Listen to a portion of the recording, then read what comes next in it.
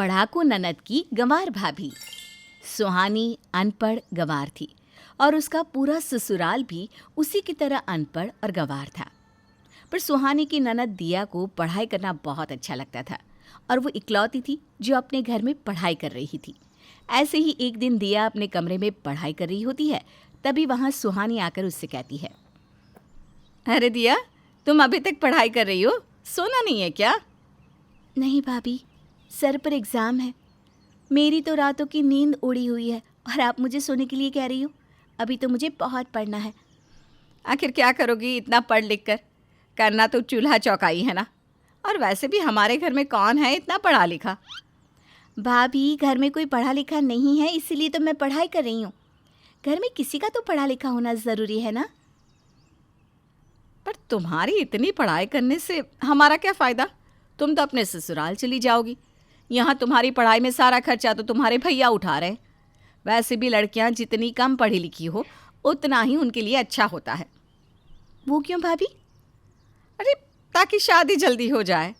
अब लड़की ज़्यादा पढ़ी लिखी होगी तो उसके लिए लड़का नहीं मिलता।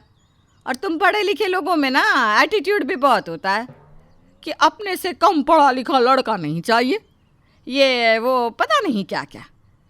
तुमने कभी सोचा है तुम्हारे भैया तुम्हारे लिए कितना सब कुछ कर रहे हैं? तुम्हें नहीं लगता कि अब तुम्हें अपनी पढ़ाई छोड़कर शादी कर लेनी चाहिए? देखिए भाभी, कल मेरा एग्ज़ाम है और आज मुझे पढ़ना है, तो आप मेरे कमरे में से जा सकती हैं। दिया अपनी भाभी को अपने कमरे से बाहर निकाल देती है। ये बात सुहानी को ज़रा भी अच्छी नहीं लगती और अगली सुबह सुहानी अपनी सास निर्मला से कहती है, माँ जी, राकेश जी के सर पर तो भूत सवार है बहन को पढ़ाने लिखाने का। आप क्या कर रही हैं? आपको दिखाई नहीं दे रहा आपकी बेटी जवान हो चुकी है? अरे बहू, मुझे सब दिख रहा है, पर अब तेरे पति और ससुर को कुछ नहीं दिख रहा, तो इसमें मैं क्या ही कर सकती हूँ। कल रात को भी मैंने तेरे ससुर जी से बात करी, पर वो तो मेरी बात सुनने को तैयार ही ना है। माँ जी, अगर ससुर जी आपकी बात नहीं सुन रहे हैं ना, तो आप कुछ कीजिए। आप इस घर की मालकिन हैं, आपके बिना तो इस घर का एक पत्ता भी नहीं हिल सकता। बहू, अब मैं क्या करूं? तू एक काम कर, दिया के लिए ना रिश्ते देखना शुरू कर दे। तेरे पति और ससुर को समझा लेंगे। ठीक है माँ जी, पर देख लेना, अगर राकेश जी मुझ पर भड़के तो आप पीछे मत हटना। अरे बहू, मुझ पर भरोसा रख, मैं राकेश की माँ हूँ, वो मेरी आज्ञा के खिलाफ नहीं जा सकता। अब निर्मला के कहने पर काजल अपनी ननद के लिए रिश्ते देखने लगती है। इसी तरह से कुछ दिन बीत जाते हैं और एक रात काजल अपने पति राकेश से कहती है, राकेश जी, देखे तो ये लड़का कितना अच्छा लग रहा है और इस लड़के का परिवार भी बहुत अच्छा है। आपको कैसा लगा ये लड़का? ठीक ही है, पर तुम मुझे क्यों दिखा रही हो? काजल जी, अब जिस लड़के से आपकी बहन का रिश्ता होगा तो क्या आप उसे एक बार भी देखना नहीं चाहेंगे? क्या कहा तुमने? मेरी बहन का रिश्ता? पागल हो गई हो क्या? किसने कहा था तुम्हें मेरी बहन के लिए लड़का देखने को? मैंने तुम्हें कुछ दिन पहले ही समझाया था ना कि मेरी बहन जितना पढ़ना चाहती है मैं उसे पढ़ाऊंगा। फिर क्यों देख रहे हो उसके लिए रिश्ता? मुझे तो माँ जी ने कहा था। अब मैं भला माँ जी की बात कैसे टाल सकती हूँ? काजल, मैं इतना बेवकूफ़ नहीं हूँ।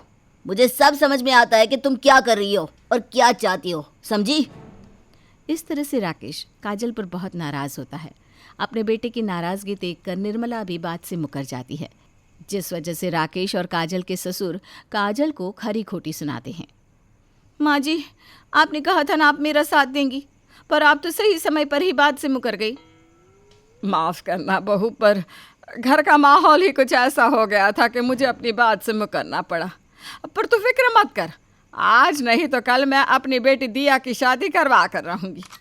रहने दीजिए माँ जी, आप तो, आपसे कुछ नहीं होने वाला। आपकी बेटी पढ़ लिख कर इसी घर में रह जाएगी, कुछ नहीं होने वाला दिया का। इतना बोलकर काजल वहाँ से चली जाती है। अब निर्मला के दिमाग में काजल की बातें घूमने लगती है। देखते ही देखते कुछ दिन बीत जाते हैं और इसी तरह से काजल हर समय अपनी ननद की शादी का दबाव डालती ताकि उसकी पढ़ाई छूट जाए। दिया, तुम इतने समय से पढ़ाई कर रही हो, पर अब तक तुम्हारी कोई नौकरी भी नहीं लगी।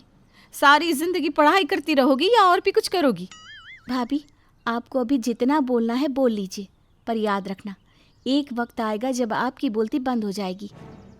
दिया, शर्म नहीं आती तुझे अपनी भाभी से इस तरह से बात करते हुए? माफी मांग भाभी से। माफी?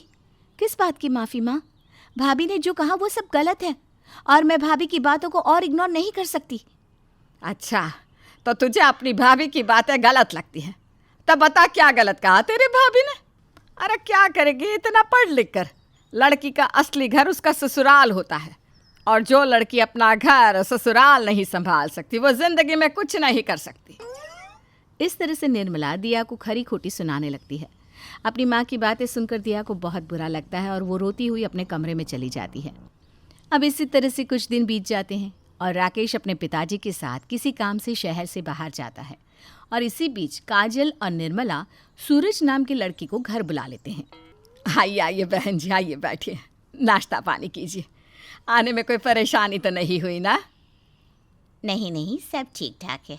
आप बस हमें लड़की दिखा दीजिए। काजल बहू, जरा दिया बेटी को बुला कर लाना। निर्मला के कहने पर काजल दिया को बुलाने जाती है, पर वो देखती है कि दिया तो अब तक तैयार भी नहीं हुई और बैठकर रो रही है। दिया, तुम छोटे बच्चों की तरह हरकतें क्यों कर रही हो? आखिर हर लड़की की शादी होती है, फिर तुम इतने नाटक क्यों कर रही हो? चलो जल्दी, बाहर मेहमान आ गए हैं। भाभी, मुझे कहीं नहीं जाना और ना ही अभी शादी करनी है। आने दो भैया और पापा को, मैं आपकी और माँ की इस हरकत के बारे में उन्हें बताऊंगी। तुम्हें जो करना है कर लेना, फिलहाल के लिए बाहर चलो, माँ की इज्जत का सवाल है।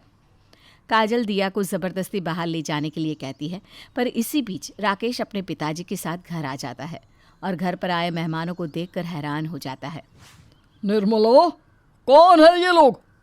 अब ये लड़के वाले हैं, हमारी दिया को देखने आए हैं, बहुत अच्छे परिवार से हैं। माफ़ करना आप लोग, पर हमें अपनी बेटी की शादी अभी नहीं करवानी। हमारी बेटी अभी पढ़ाई कर रही है और वो जब तक पढ़ना चाहती है हम उसे तब तक पढ़ाएंगे।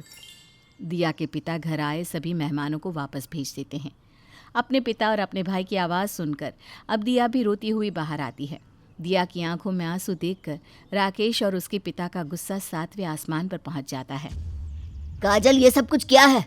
मैंने तुम्हें समझाया था ना कि दिया अभी छोटी है, वो जब तक पढ़ना चाहती है मैं उसे पढ़ाऊंगा। फिर क्यों तुमने माँ का साथ दिया? मेरी बात कान खोल कर सुन लो तुम दोनों सास बहू। अगर फिर तुमने ऐसी हरकत करी तो मैं तुम दोनों को इस घर से निकाल दूंगा। आखिर तुम दोनों चाहती क्या हो? कि हमारा पूरा खानदान अनपढ़ गंवार रहे? जिस तरह हम हैं उसी तरह हमारी आने वाली पीढ़ी भी गंवार रहे। हमारे घर में आखिर है ही कौन पढ़ा लिखा, दिया को छोड़कर? पापा बिल्कुल सही कह रहे हैं। अगर दिया पढ़ाई करना चाहती है तो आप दोनों उसे पढ़ने क्यों नहीं दे रहे? मैं अपनी बहन की जिम्मेदारी लेता हूँ। आप लोगों को मेरी बहन की चिंता करने की ज़रूरत नहीं है। इस तरह से दिया के पिताजी और उसका भाई उसका पूरा साथ देते हैं, जिसके बाद फिर कभी काजल और निर्मला की हिम्मत नहीं होती और बहुत जल्दी दिया की पढ़ाई पूरी हो जाती है। साथ ही दिया की सरकारी नौकरी भी लग जाती है, जिसके बाद सभी घर वालों को दिया पर गर्व होता है।